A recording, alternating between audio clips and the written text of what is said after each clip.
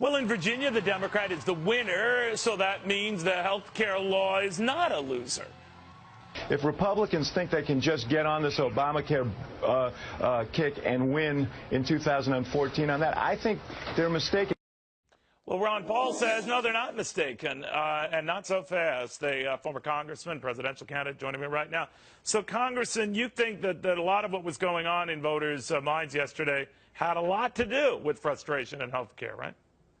Well, I think so. You know, a couple weeks ago, Ken was way behind and nearly caught up, so I would say it was still an issue. But I think government workers was a bigger issue. I think it was sort of like throwing in D.C. People into the race because of Northern Virginia. So that's a completely different story. Do you think if we didn't have that government shutdown, Congressman, that he might have pulled this out?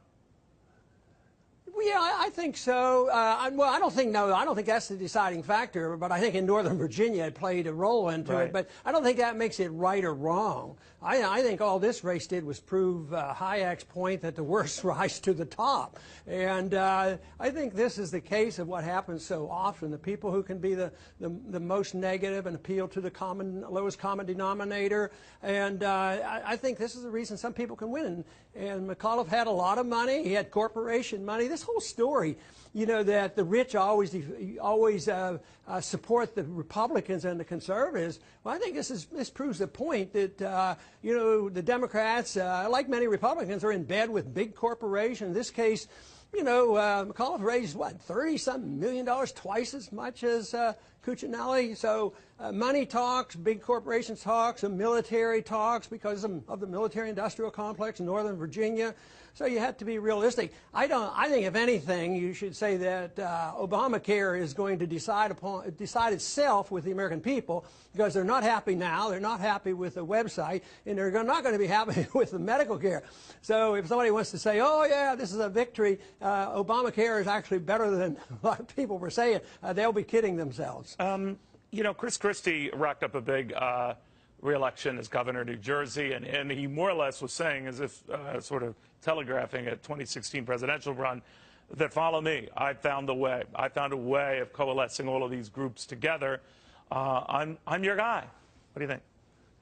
Well, if he wants to go by the way of McCain and Romney, I guess he can go ahead and do it. Maybe he can become the nominee. But I think it'll be same old stuff again, wishy-washy stuff. Chase all the constitutionalists, limited government, libertarians, chase them home.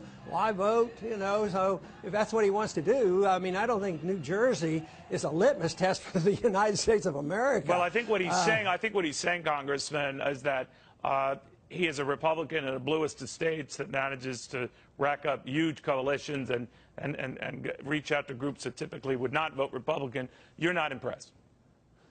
No, I'm not. I don't think that means that we all have to be like New Jersey. Matter of fact, careful. I live in New Jersey. You go slowly there. Well, you also admire Texas, too, you know. Well, okay. So, what do you think of how nasty it's getting, though, Congressman? Your son, of course, Rand Paul, the senator, everyone's been, you know, chasing him like, you know what, that he's a plagiarist and all. And it's starting early, it seems to me. What do you say to him when you talk to him about the broadsides he's getting? Well, I don't get into this advice business, but the fact that there are more attacks now means he's doing pretty well. That's usually what happens. They'd like to ignore you if they can, but they can't. When they start attacking you, you know you're having an effect. So I think that's a good sign. You're not concerned when the Washington Post dumps him as a column, you know, to help out? What do you think of that? Well, I hardly think the Washington Post has much to do with public opinion across this country. I mean, sometimes that's a negative. If they start praising you, then you better watch out.